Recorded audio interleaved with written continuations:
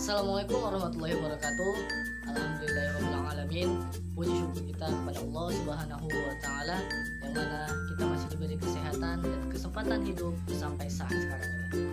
Salawat dan salam kita sampaikan kepada Nabi kita Muhammad SAW, dengan seraya kita mengucapkan Allahumma sholli ala Muhammad wa ala ali Muhammad. Baik, dalam video kali ini kami dari kelompok 90 KKN DR Universitas Islam Negeri Sumatera Utara akan menyampaikan tema yang berjudul moderasi beragama. Jadi di sini saya dan keenam teman saya akan menjelaskan apa sih yang dimaksud dengan moderasi beragama. Oleh karena itu, selamat menyaksikan video kami kali ini.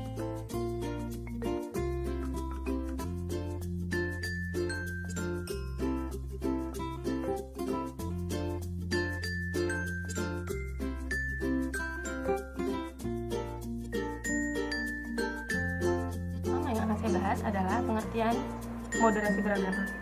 Indonesia adalah masyarakat beragam budaya dengan sifat kemajumukannya. Keberagaman yang mencakup perbedaan budaya, adat istiadat, ras, bahasa, suku, dan tradisi, dan sebagainya. Dalam masyarakat multibudaya yang demikian, sering terjadi ketegangan dan konflik antar kelompok yang terdampak pada keharmonisan hidup. Moderasi beragama merupakan bagian dari deradikalisasi yang menjauhkan umat Islam dari Islam. Dengan menempelkan umat pada Islam moderat, akan mengaburkan pemahaman umat tentang Islam yang utuh sehingga terjadi sekularisasi ajaran Islam. Dampak dari pengaruh sistem sekuler juga sangat merusak umat dan mantranya menjadikan cara berpikir umat semakin merosot dan melahirkan manusia-manusia yang berani menafsirkan sendiri ayat-ayat Allah sesuai dengan nafsunya. Arti sederhana dari moderasi beragama adalah bagaimana cara kita memandang dan memahami tentang agama itu sendiri.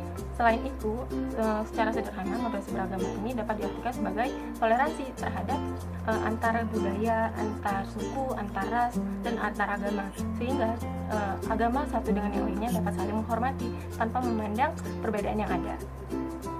Nama saya Febriani. Di sini saya akan melanjutkan penjelasan dari teman saya, dan yang akan saya bahas di sini yaitu mengenai tujuan dari moderasi beragama. Menurut Kiai Mukhlis, tujuan dari moderasi beragama yaitu memberikan edukasi kepada masyarakat untuk menjalankan Islam yang moderat. Misalnya, kita mengajarkan untuk menghargai terhadap sesama umat manusia, khususnya bagi mereka yang berbeda agamanya. Tetapi kita harus tetap saling menghormati dan menghargai. Kita juga perlu mengedukasi masyarakat agar menghargai perbedaan, toleransi, dan untuk menghindari ekstremisme. Upaya ini dilakukan untuk menciptakan situasi yang rukun. Dan yang terakhir, moderasi beragama ini sangat penting untuk mencegah paham radikal. Sekian materi yang dapat saya sampaikan, kurang dan lebihnya saya mohon maaf.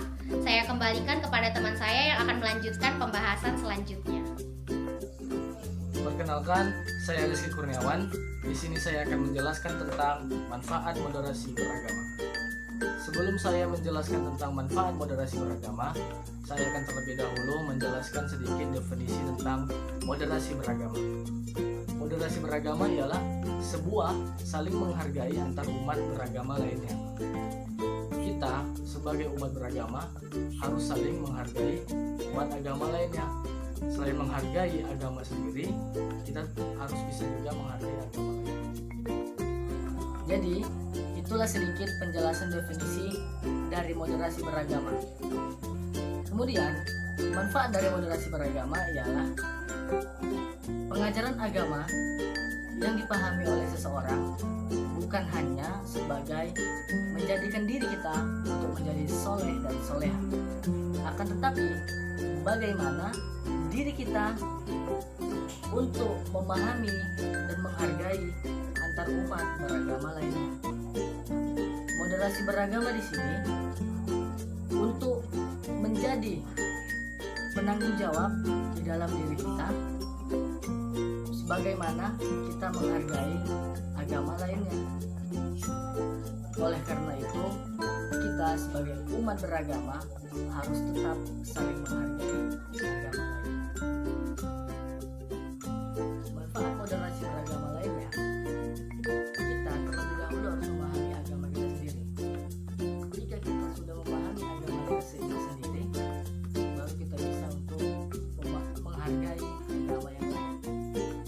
Kalau kita tidak memahami agama kita sendiri, bagaimana mungkin bisa menghargai agama yang lain? Nah, karena itu intinya dari manfaat moderasi beragama atau tema moderasi beragama tersebut, haruslah kita saling menghargai agama yang lain. Demikian yang saya sampaikan. Yang kurang saya mohon maaf. Sekian dan terima kasih. Saya Mizwar dari kelompok KKN 90 DR Winsu. Di sini saya melengkapi tugas kelompok saya dengan tema moderasi beragama yang berjudul peranan dan fungsi moderasi beragama. Selamat menyaksikan. Jadi, pada dasarnya moderasi beragama itu timbul atas keberagaman, seperti di Indonesia. Di antara peranan dan fungsi moderasi beragama ialah mampu menghargai keberagaman pilihan dalam menyelamatkan kita dari ekstremisme, intoleran, aksi kekerasan, dan kehidupan bermasyarakat dan beragama. Berikut peranan dan fungsinya. Yang pertama itu sebagai jalan tengah. Yang kedua, keseimbangan.